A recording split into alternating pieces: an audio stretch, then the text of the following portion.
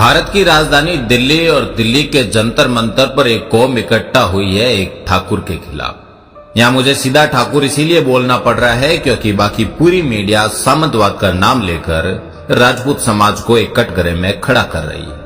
कौन है वो ठाकुर? वो ठाकुर है ब्रजभूषण शरण सिंह। कौन है ब्रजभूषण शरण सिंह? लगातार 6 बार से सांसद और 11 साल से भारतीय कुश्ती महासंघ के अध्यक्ष। क्यों है चर्चा में? देश के 3 नामी पहलवानों ने इन पर यौन शोषण का आरोप लगाया है और कहा है कि ब्रजभूषण शरण सिंह ने अब तक 1000 से ज्यादा लड़कियों का यौन शोषण किया है। ये कितनी डरावनी बात है और सच में डरावनी बात है, लेकिन आज तक 1000 लड़कियों में से 2-3 के अलावा किसी ने आरोप तक नहीं लगाया और ना ही कोई FIR हुई। ये 2-3 कौन है? वो तीनों नामी पहलवान हैं। यौन शोषण कौन कर रहा है? एक 65 साल का बूढ़ा आदमी।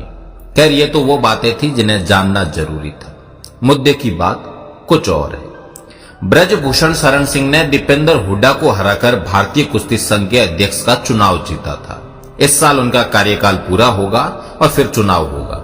इसी की वजह से यह सारा यौन शोषण का ड्रामा शुरू हुआ। ब्रजभूषण शरण सिंह कहते रहे कि सबूत दिखा दो, मैं फांसी लगा दूंगा, लेकिन किसी ने सबूत तो छोड़िए एक FIR तक नहीं की। उल्टा जंतर मंतर पर जाकर राजनीति शुरू हो गई।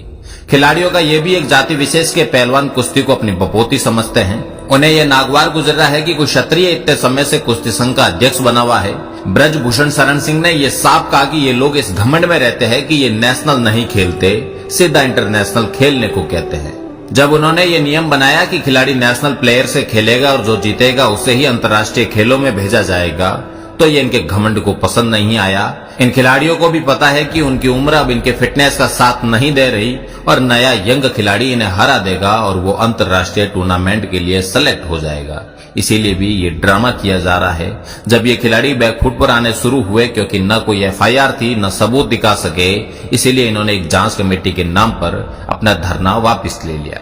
अब जब जांच कमेटी ने सारे आरोप निराधार पाए तो आखिर में ये विशेष जाति के पहलवानों ने अपनी खापों से अपील कर असली रंग दिखाना शुरू किया है। ये पहलवान दुबई दे रहे हैं देश के लिए मेडल लाने की, लेकिन भूलना नहीं इसी समूह का सुशील भी देश के लिए मेडल लाया था, लेकिन उसे अपने साथी खिलाड़ी को आगे बढ़ना पसंद नहीं आया और उसकी हत्या कर दी, जिसकी सजा वो अभी काट रहा है। इसलिए इनके देश के लिए ओलंपिक खेलने के इमोशनल ड्रामों में मत आइए। इन्हें केवल अपनी जाति से लगाव है, देश से कोई लगाव नहीं। हम सभी जानते हैं कि खेलों की इसी गंदी जातीय राजनीति का शिकार नरसिंह यादव भी हो चुका है। क्यों? क्योंकि वो जाति विशेष में पैदा नहीं हुआ और इनका मानना है कुश्ती तो इनके जाति विशेष की बपोती है। इन लोगों ने शर्म बेचकर यौन शोषण तक का आरोप लगा दिया। यदि वाकई आरोपों में कुछ दम था तो अब तक इन्होंने FIR क्यों नहीं की? खिलाड़ियों पर पूरे देश को गर्व है, लेकिन इस तरह जातीय सोच रखने वाले, खेल में खांपों को घुसाने वालों का कोई समर्थन नहीं। इन अहंकारी लोगों को यह अंदाजा नहीं है कि ब्रजभूषण शरण सिंह पूर्वांचल का बाहुबली क्षत्रिय है, ना कि डांगावास का कमजोर किसान जिसे ये दबा देंगे। इस समय संपूर्ण राजपूत समाज के नेताओं और संगठनों की जिम्मेदारी बनती है कि ब्रजभूषण शरण सिंह का खुलकर समर्थन करे, क्योंकि ये लड़ाई व्यक्तिगत ना होकर जातिगत बन चुकी है।